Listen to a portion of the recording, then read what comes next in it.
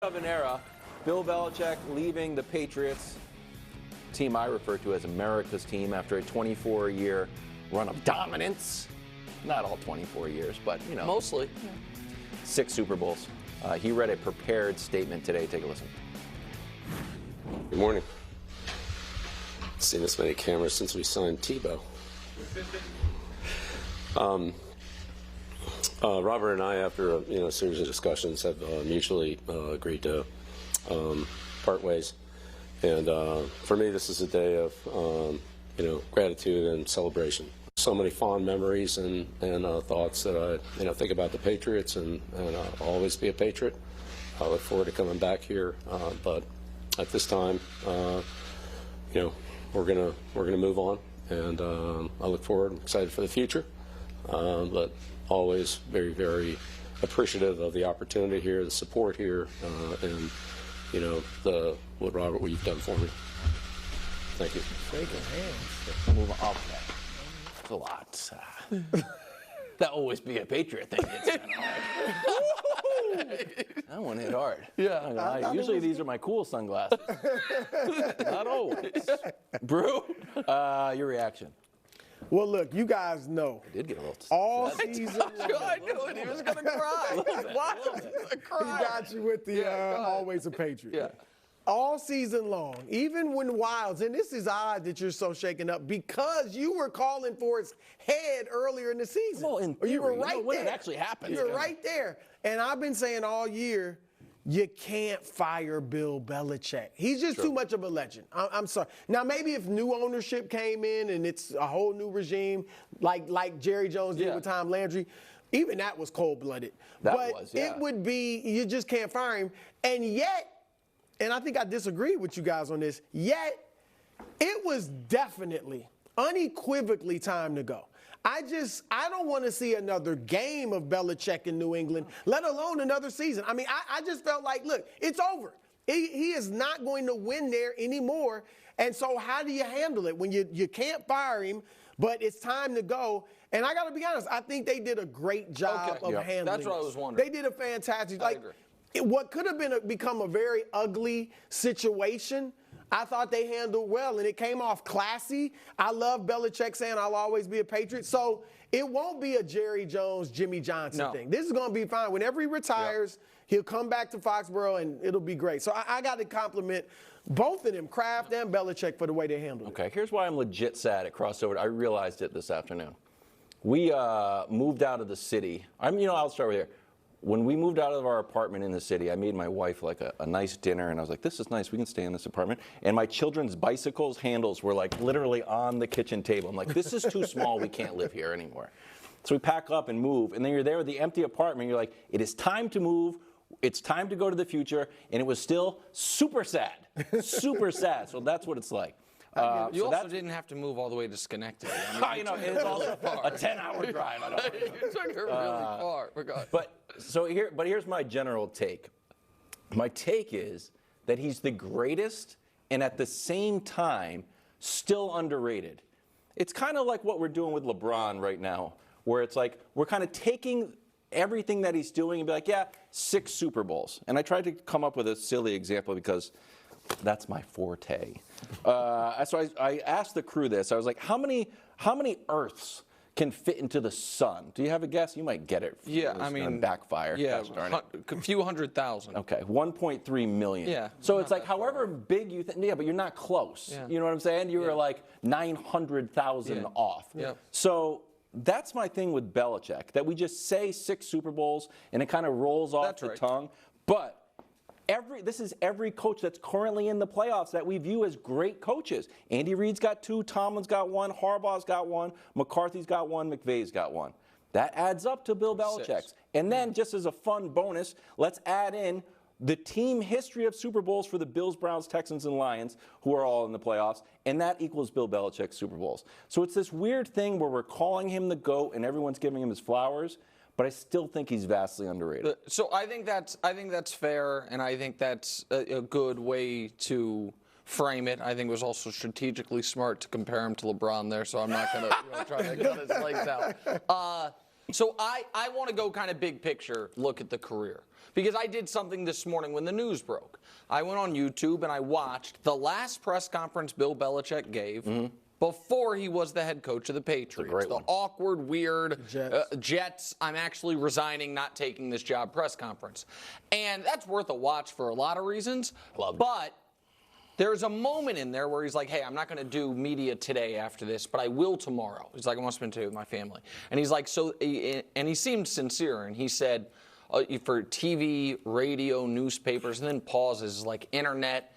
And the assembled media laughed when he said internet, because it was like internet reporters. Ha! So the last job he had, the internet was like, this thing off to the side. And the entire growth and birth of an industry, the transformation of media happened while he was tending to the Patriots. NFL's gone through 4 or 5 different mini iterations while he was tending to the Patriots. And the other big takeaway I had was he had every beat of greatness within his career like what you would see in a movie. So, and by that I mean he was not a success at his first stop. He wasn't a total failure, but he was fired. But he got fired at his first stop. His next job was not going great, as you've talked about. And then he had a fork in the road moment where it's like, you know what? I'm going to do the unpopular thing that I believe in. I'm going to stick with this kid to play quarterback over the guy who just became the highest paid player in league history. The media will kill me. The fans might not like it. My boss, who I'm on shaky ground with, might not like it. It's the right thing to do. And then those two powers came together to reach heights that neither one of them would have approached on their own. They might have been great on their own. We don't know. And then the end as well. Like you see in so many movies and real life, whether it's television shows, bands, partnerships. So much success, so much money, so much attention. Egos kind of get in the way. They break up maybe a little earlier than they should have. And they're not the same without each other. While I understand Tom had success without him, but still not the level of success he had in New England. But he was in his 40s, too. Agreed. And then, by the way, it's the same beats on just like the minor league level for Pete Carroll. And Belichick is the one who took over for Pete Carroll. Pete didn't succeed in New England. Pete chose Russell over Matt Flynn. And then they broke up and it went for So I have massive admiration for how that went.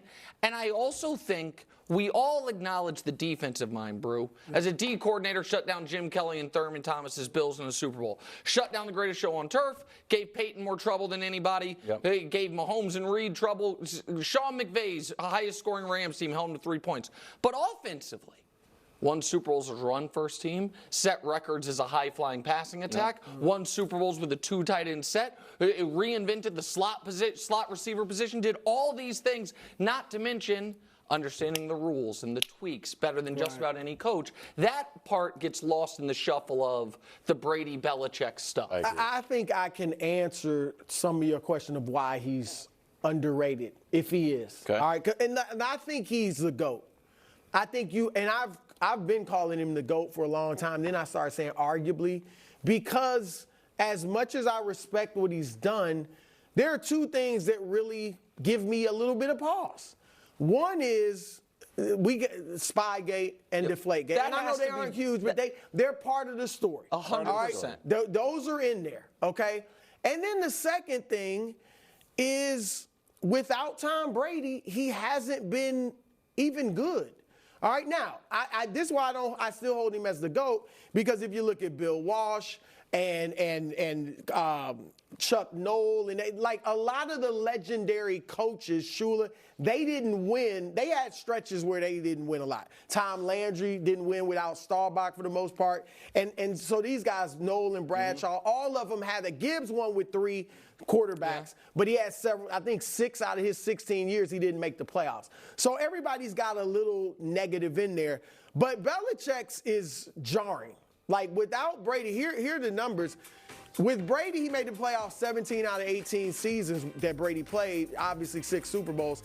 He coached 11 seasons without Brady and only made the playoffs twice. Like I do, and I agree with you, Nick. Brady, look, if not for Belichick, there may be no Tom Brady. Right, maybe he doesn't get the opportunity. Right. Yes. So I'll give him that.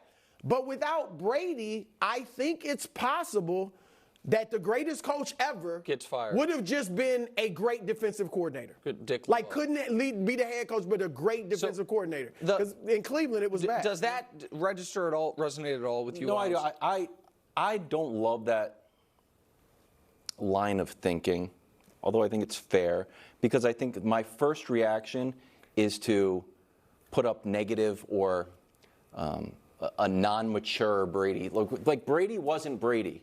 Until Brady was 07. a late draft pick out of Michigan. But they Brady did wasn't win even Brock immediately. Purdy. They did win immediately. But and they weren't winning with Bledsoe. It's odd because Bledsoe was better. I know, but Brady was throwing. Brady had Super Bowls where he didn't throw for over 200 yards. He had whole playoff runs where he had a handful of touchdowns. We had Adam Vinatieri making kicks, but I don't want to do that. So it is a partnership. That's why I don't like the divorce, but I understand the rationale. Here's why I do think. And listen, Bill Belichick didn't. If he passed away today, it might not be appropriate to discuss these things. But we can talk about the full scope of exactly. He's not even retiring. It can be a sad day for Pats fans. Not even officially left the Patriots. Right, and we can respect the accomplishments while giving the full context. Absolutely. Because of the Brady part and the multiple cheating scandals, it makes to me